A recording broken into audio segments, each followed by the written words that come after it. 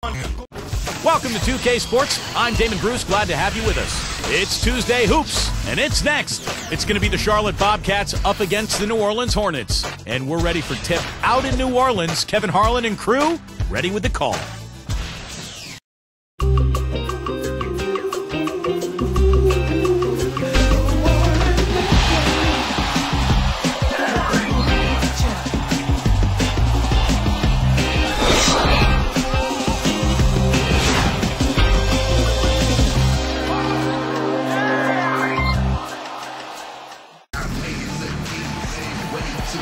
Welcome, everyone, to the NBA live on 2K Sports.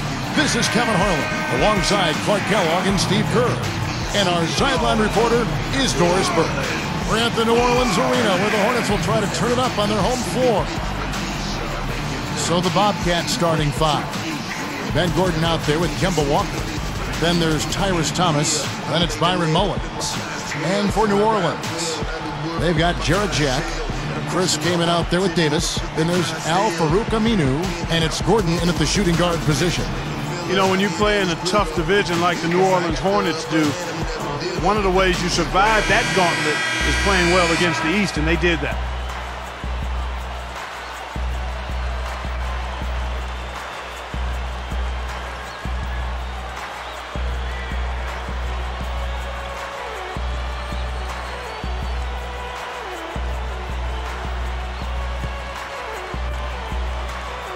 It'll be the Bobcats off the tip. And here's Walker.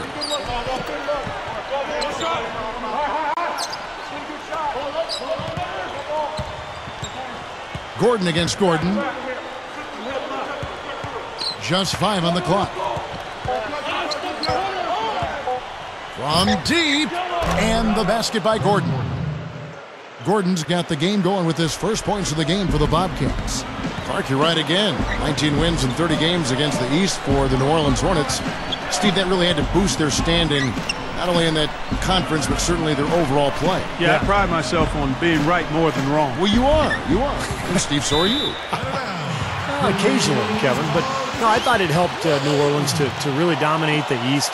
I think you have to take advantage of some of your weaker opponents, and that's exactly what they did last year. Remember, guys, there's some bad teams in the East. Let's catch up with Doris from the sideline. Kevin, I had a chance to speak with the head coach for the Charlotte Bobcats. The battle that he sees in this one is how his offense is going to be able to handle what he describes as one of the best defenses in the league. Coach told me, if we're going to consistently put up points on them, we have to know when we've created a mismatch and attack it immediately. We have to play smart out there. Efficiency is what he's looking for, guys. Wonderful stuff, Doris. Thanks. What approach to use against the opposing D, I guess, in the front of their minds, it sounds like, Clark. Yeah, well, it's a tall task when you take on a team as sound defensively as they are, so you just have to be sharp in your execution. Steve? Yeah, you got to be sharp, but you also have to attack. I mean, if you're not aggressive against this team, they're going to take control of you, and all of a sudden, they'll have control of the game. A little too much body on that one, and that's going to be a block. Always a hard thing to judge, but I agree with you, Steve. Clearly a block. Here's Kaman. Gordon kicks to Aminu. 6 to shoot. Kaman backing down. Here's Davis, and the Hornets miss again. That's an unusual, surprising miss for him. Typically, he's good on those inside. Here's Mullins. He's covered by Aminu. Here's Walker. Goes straight up. Kaman with the defensive effort. Nice job defensively. The rotations were there. They really challenged that shot. And last season was another year for Chris Kaman where injuries became a major factor. And a very tough thing to go through as a player, and especially a guy like Kaman who's very offensive-minded. When you continue to get those injuries, it really disrupts your flow and your rhythm as a player. Boy, after the first 3 misses, I thought they'd get one here, but they still can't connect. There's the screen. Thomas. He's covered by Aminu. Now Walker. And here's Gordon from outside. And again, Charlotte with the triple.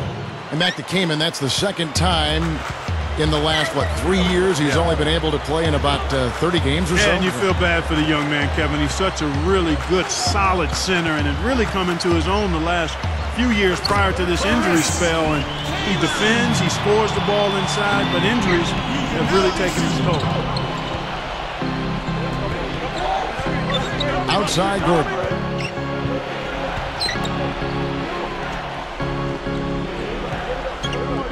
He kicks it to Mullins. He dishes it to Gordon. Passes it to Mullins. Over Kamen. Jack with the rebound. The Hornets trail by 6. Well, Charlotte came into last season on a high, having made the playoffs, and then a year ago they slipped back in a lot of ways. They made changes. The coaching changed. Larry Brown moved on. They traded Gerald Wallace. So it was, in many ways, a rebuilding year for the franchise. And so here is Charlotte. Aminu missing his last shot. Now the dish to Gordon.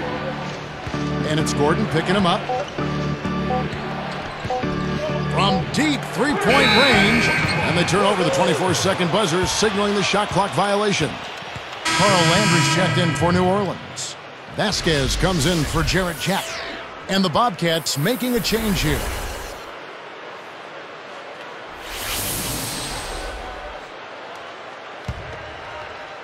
And here are the Hornets now. They trail by 6. Vasquez kicks to Gordon. He feeds it to Landry. Now the pass to Kamen. Clock at 6. Elbow shot. And again, no good by New Orleans. Back to Charlotte, and Steve, you're just talking about that. You thought they were turning the corner the year prior, but they couldn't keep the momentum going. They changed coaches. You talked about the injury moments ago about Jackson. They had a lot of things that kind of got in their way. Well, even that playoff team from a couple of years back, Kevin, you don't know how much higher the ceiling was for that group, so you almost have to think that rebuilding is the right step for them going forward, even if the fans might have to suffer through some tough years. Sometimes you got to tear it down to build it back up in a better fashion. Here's Vasquez. Hits the outside fadeaway.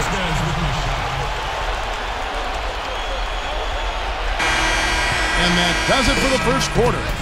Bobcats lead by 4. And the defense has been key in building this lead. They've really clamped down hard. They've done a nice job, Steve. I think challenging every shot, a hand up on every shot. And we'll be back in just a moment.